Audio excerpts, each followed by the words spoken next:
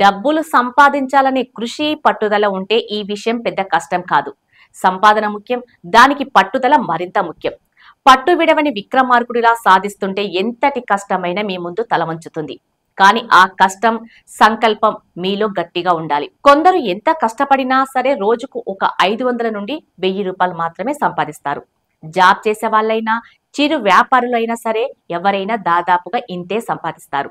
ఇక జాబ్స్ లో పెద్ద పొజిషన్ లో ఉన్న వారైతే నెలకు 50,000 నుండి 1,00,000 వరకు సంపాదిస్తుంటారు. ఇంతకు పైగా కూడా కొందరికి సంపాదించడానికి అవకాశము ఉంటుంది. చాలా పెద్ద పొజిషన్ లో ఉంటే మాత్రం ఇది సాధ్యం, లేదంటే కష్టం. అయితే చాట్ అమ్ముతూ కూడా లక్షలు సంపాదించవచ్చు. తెలుసా మీకు? నేను చెబుతుంది నిజం, మీరు వింటుంది నిజమే. మన దేశ రాజధాని ఢిల్లీలో కేవలం చాట్ అమ్ముతూ రోజుకు 10,000 సంపాదించవచ్చు.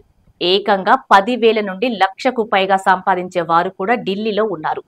అయితే వారంతా పెద్ద పెద్ద హోటల్స్ నిర్వహిస్తున్నారు అనుకుంటే మీరు పప్పులో కాలు వేసినట్టే. లేదంటే వీరు కస్టమర్లను ఆకర్షించడానికి ఏదో మాయ చేస్తున్నారు అని కూడా మీరు అస్సలు అనుకోవద్దు. చిన్న చిన్న బడ్డీలు, బండ్లు పెట్టుకొని ఢిల్లీలో చాట్ అమ్ముతుంటారు జనాలు. ఢిల్లీలో చాట్ అమ్మేవారు దగ్గర దగ్గర 70,000కు పైగా ఉన్నారని ఓ నివేదిక తెలిపింది. ఈ లిస్టులోని వ్యాపారుల్లో సియారాం ఒకరు. ఆయన ఢిల్లీలో గగ్ని చోలే కుల్చా అనే చాట్ బఠానీ, జొన్న రొట్టెలు అమ్ముతున్నారు. అతను ఇలా రోజుకు 1,00,000 వరకు సంపాదిస్తున్నాడు. ఆయన ఈ వ్యాపారాన్ని 60 సంవత్సరాలుగా చేస్తున్నారు. అందుకే ఆయన ఢిల్లీలో అతను చాలా ఫేమస్. ఢిల్లీలో ఉండేవారు, అక్కడికి పనులకు వచ్చిన వారు సియారాం దగ్గరికి వచ్చి ఖచ్చితంగా గగ్ని తినేసి వెళ్తారు.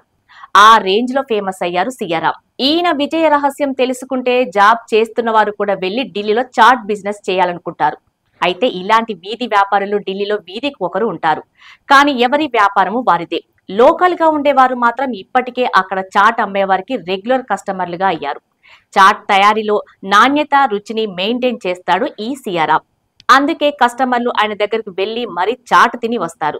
సెంట్రల్ మార్కెట్ లో బట్టల దుకాణాల పక్కన రోడ్డు మీద ఈయన దుకాణం ఉంది.